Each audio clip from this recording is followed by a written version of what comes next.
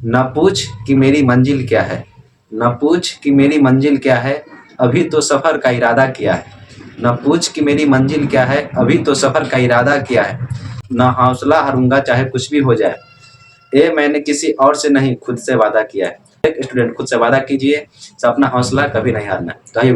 Hello दोस्तों, मैं सुमित कुमार, आप सभी का स्वागत है मैथ ग्लोबल स्टडी चैनल में।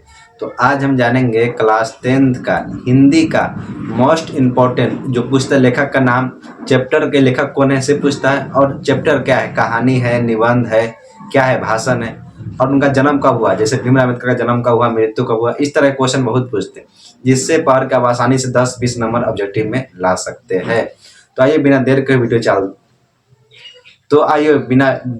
चालू करते हैं। इससे पहले हमेशा एक बात रखिएगा, न पूछ कि मेरी मंजिल क्या है, न पूछ कि मेरी मंजिल क्या है, अभी तो सफ़र का इरादा किया है।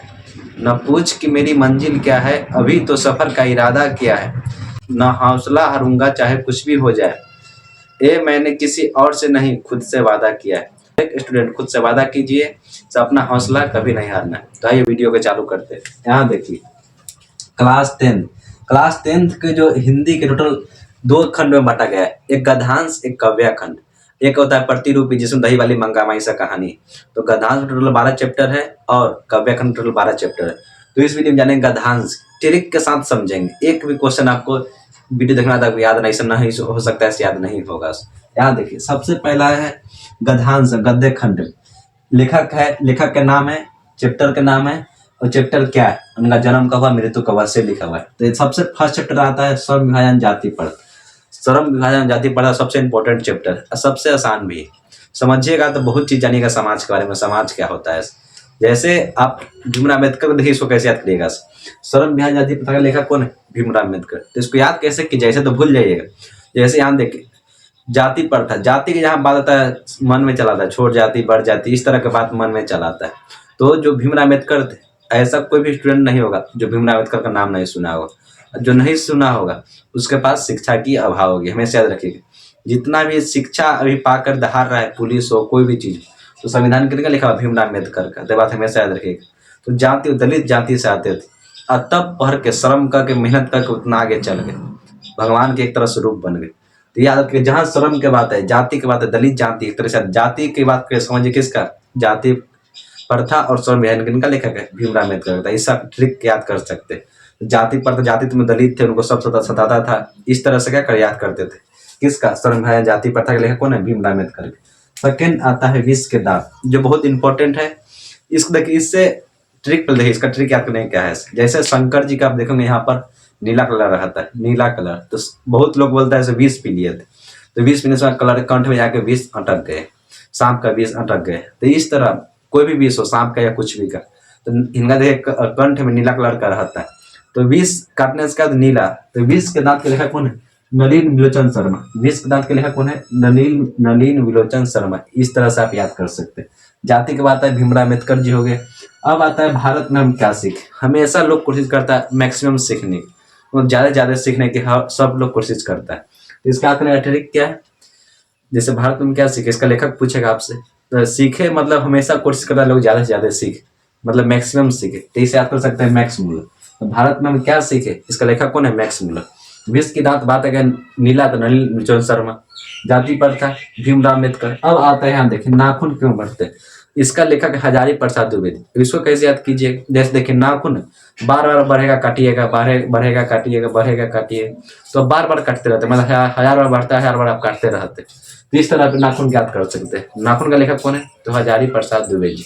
अगला आता है नागरी लिपि। इसके लेखक कौन है, नागरी लिपि। देखिए नागरी लिपि, नाम ही है नागरी लिपि। इसके लेखक गुणाकर मूले। अब यहाँ देखिए, सब लोग तो नागरी मतलब यहाँ देखिए नगर, नागरी लिपि, नगर के बारे में चर्चा हो रहा है। तो जो पढ़ा लिखा रहेगा, गुणवान व्यक्ति रहेगा, वहीं जैसे मान लीजिए कोई विधायक बन गया, तब ना अपने नगर के बारे में सोचेगा, सब मेरे शहर को या नगर को, नगर निगम बोलिए, नगर परिषद बोलिए, से अच्छा काम कर सके। तो कोई व्यक्ति अपना नगर समाज का कैसा अच्छा सोच सकता है, जब उसमें गुण हो, तभी क्या सोच सकता है। गुण मतलब पढ़ने लिखने का गुण हो, अच्छा आदमी हो, मतलब इस तरह से गुण हो, तो नागरी लिपि किनका लेखक है? गुणाकर मूल, क्योंकि जिसमें नगर के बारे में अच्छा नॉलेज रहेगा, गुण रहेगा, तभी उसके लिए अच्छा काम कर पाएगा। तो इस तरह से आप याद कर सकते हैं, नागरी लिपि के गुणाकर मूल।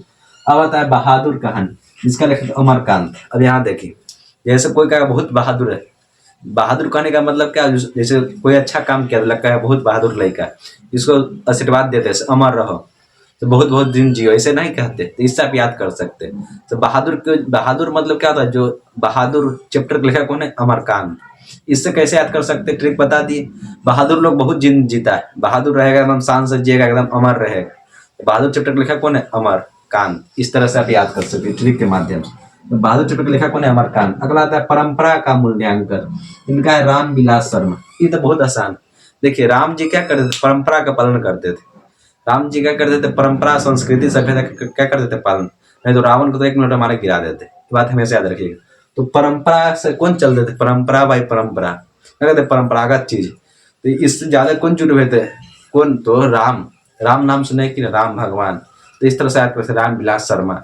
तो परंपरा की जहाँ बात है, जहाँ राम जी के अपना नाम ले लीजिएगा। परंपरा, राम जी देखते हैं कितना स्टेप बाय स्टेप वनवास किए, अपना राजभोग छोड़ के वनवास करने चल गए। तो ये सब क्या है? परंपरा। उनको पता था इससे अगर जहाज हम कर दिए, अपना शक्ति का इस्तेमाल कर लिए, तो आने वाली पीढ़ी कैसा होगा, इसलिए वो सब चीज खुद से मेहनत कर किए। जब उनके भाई यानी लक्ष्मण जी को क्या लग गया? तीर लग गया, तो भगवान तो खुद भी इलाज कर सकते थे, लेकिन क्या किए? विधिवत किए, मतलब उसमें अपना शक्ति का प्रयोग नहीं किए, जिससे भी लोग को सीख मिलना चाहिए।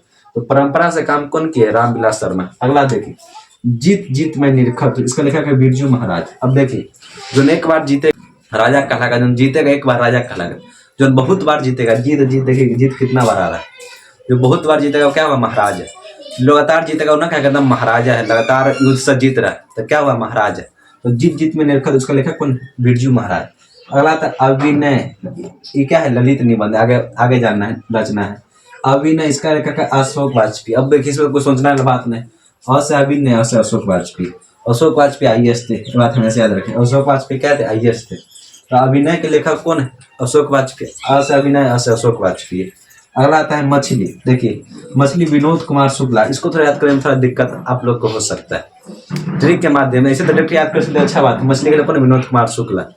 जो शुक्ला जी होते मछली ज्यादा खाते हैं, ऐसे याद कर लीजिएगा। शुक्ला जी मछली खूब खाते हैं। वो शुक्ला जी कैसे, ऐसे नहीं बोलते। तो शुक्ला जी का याद कर लिया, शुक्ला जी, मुंशी जी कैसे।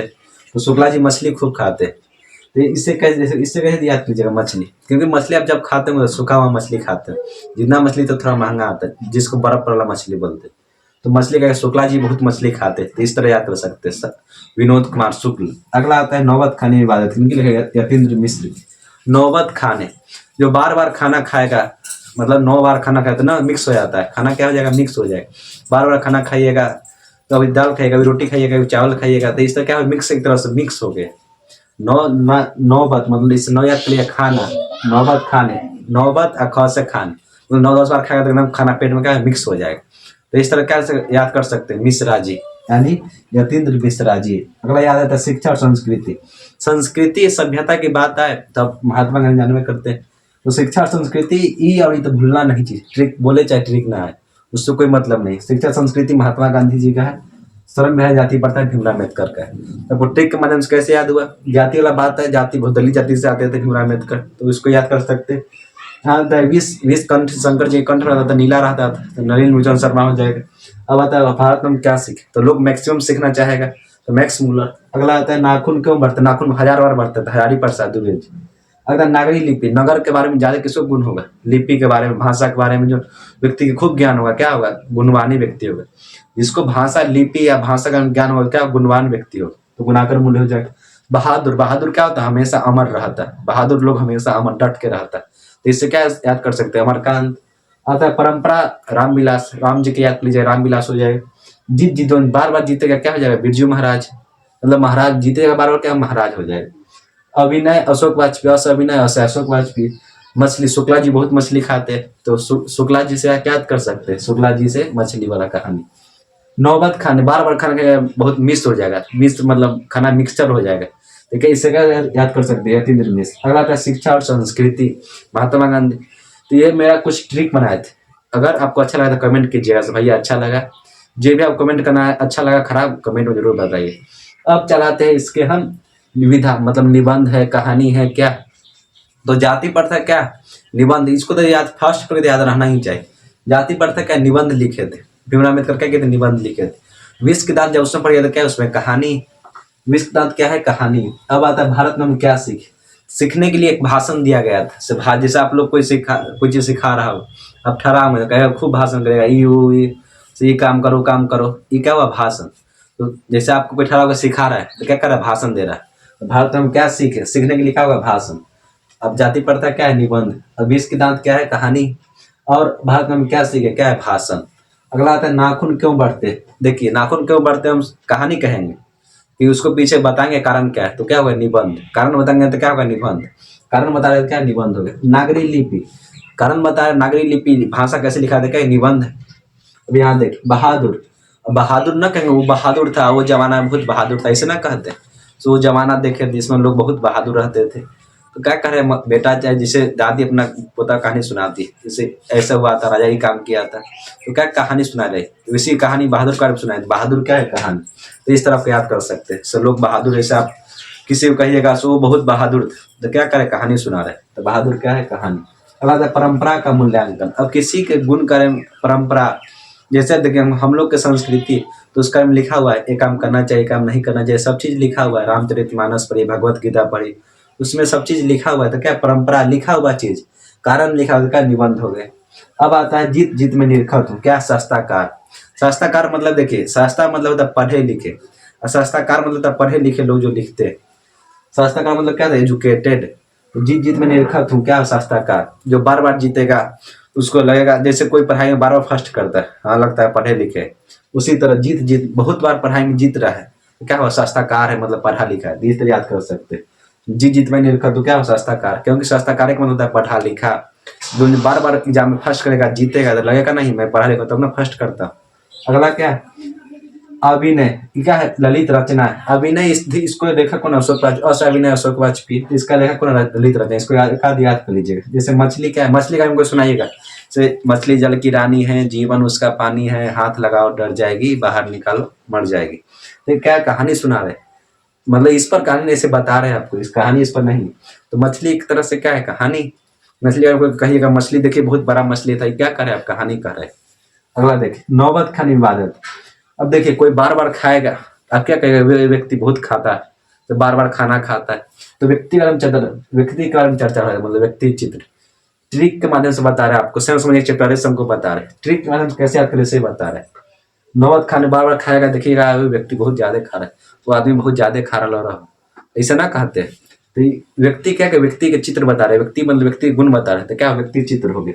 अब आता है शिक्षा संस्कृति। इसका ये क्या है, शिक्षा संस्कृति है। इतना आपको याद हुआ कि नहीं, याद हो गया तो कमेंट में जरूर बताइएगा। सो भैया आपको ट्रिक बहुत फेमस अच्छा से याद होगा। अब देखिए इसका डेट ऑफ बर्थ, अब जन्म का हुआ, अब मृत्यु का हुआ, ये भी बहुत इंपॉर्टेंट है। इस देखिए अधिकतर क्वेश्चन पूछता है, मछली से क्वेश्चन पूछता है, नाखून क्यों मरते, इससे अच्छा क्वेश्चन आता है। जाति प्रथा से क्वेश्चन दावे करता है, फिक्स है इससे क्वेश्चन। जैसे यहाँ देखिए ये बहादुर से भी क्वेश्चन पूछता है। और ये चैप्टर, इस 3-4 चैप्टर जो बहुत इंपॉर्टेंट, शिक्षा संस्कृति से भी अच्छा खासा क्वेश्चन आता है। जैसे मेन चैप्टर इसको पढ़ते रहेगा। हिंदी क्या पढ़िएगा, कंसेप्ट याद कीजिएगा, सब चीज हमेशा याद रहेगा, क्योंकि हिंदी साइंस थोड़ी है ना, एकदम समझने के जुगुत। अब यहाँ देखिए जन्म और मृत्यु। जन्म देखिए भीमराव का जन्म तो आपको याद, हमेशा याद होना चाहिए, चैप्टर में दिल रहे या न दिल रहे उसको याद आपको होना चाहिए। जन्म हुआ था 1891 के, मृत्यु हुआ था 1956 के, महू मध्य प्रदेश में उनका जन्म हुआ था, भीमराव अम्बेडकर जी। अगला आता है विश्व के दांत, नलिनी लोचन शर्मा, 1916 में जन्म हुआ था, इसको याद कर लीजिएगा, ये दोनों डेट याद कर लीजिएगा। 1891 में जन्म, 56 में मृत्यु भीमराव अम्बेडकर। विलोचन शर्मा के 1916 में जन्म हुआ था, 1961 में मृत्यु हो गई थी। अगला आता है भारत में हम सीखे, मैक्सिमम सीखना चाहिए, मतलब मैक्स मुलर, 1823 में जन्म हुआ था, 1900 में मर गए थे। अब आता है हजारी प्रसाद द्विवेदी, जन्म हुआ 1907 में हुआ था, मृत्यु 1979 में हो गया। ये देखिए डेट ऑफ बर्थ याद करना, ट्रिक बताएंगे। अगर आप लोग कमेंट किए तो आ गया समझ में, जिस पर भी कोई ट्रिक बता के क्या करेंगे, बता देंगे शॉर्ट वीडियो। अब यहाँ देखिए बुनाकर मूल्य के जन्म कब हुआ था, 1935 में, मृत्यु 2009 में, इधर हुआ 2009 में। अब आता है अमरकांत, जन्म हुआ था 25 में, मरे 2024 में, इस तरह 2014 में मरे थे। अब आता है रामविलास शर्मा, जन्म हुआ था, इसको याद करिए बहुत बार पूछा था। रामविलास शर्मा का जन्म हुआ था 1912 में, डेट ऑफ बर्थ 2000 ईस्वी। अगला आता है बिरजू महाराज, जन्म 1978 ईस्वी में हुआ था। इधर आके 2022 में आके उनका डेट हुआ था, तो 16 जनवरी 2022 को। ऐसे किताब में ऐसे दिया हुआ नहीं उनका मृत्यु कब हुआ, ऐसे मृत्यु पूछेगा ही नहीं। बिरजू महाराज का मृत्यु नहीं पूछेगा, लेकिन आप लोग को ज्ञान के लिए बता दिए 2022 में उनका डेट हुआ था, मतलब मर गए थे। अगला आता है अशोक वाजपेयी, जन्म हुआ था 1941 में, भी किताब में नहीं दिया गया, मृत्यु कब हुआ किताब में नहीं दिया हुआ। 1941 में जन्म हुआ, मरे कब 2015 में, डेट कब की 2015, 16 अगस्त 2015 ईस्वी। अब आता है विनोद कुमार शुक्ला, मछली इनकी लिखा हुआ क्या है कहानी, इनका जन्म कब हुआ था 1937 ईस्वी में।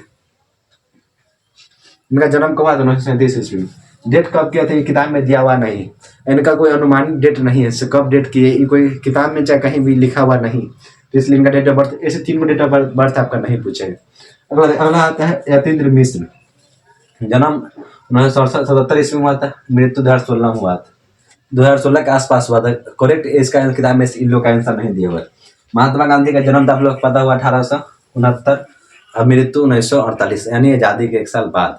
ये और ये दोनों तो हमें याद रहना चाहिए। 1969 में जन्म हुआ था, 1869 में महात्मा गांधी का, मृत्यु 1948 में। भीमराव अम्बेडकर का 1891 में, मृत्यु 1956 में। मतलब आपको डेट ऑफ बर्थ याद होना चाहिए कम से कम महात्मा गांधी और भीमराव अम्बेडकर का। तो मेरा ट्रिक कैसा लगा आप लोग के जरूर बताइएगा। यदि आपको हर एक पार्ट के राइटर का नाम याद हो गया क्लास में, तो अच्छा से कमेंट जरूर कर दीजिएगा।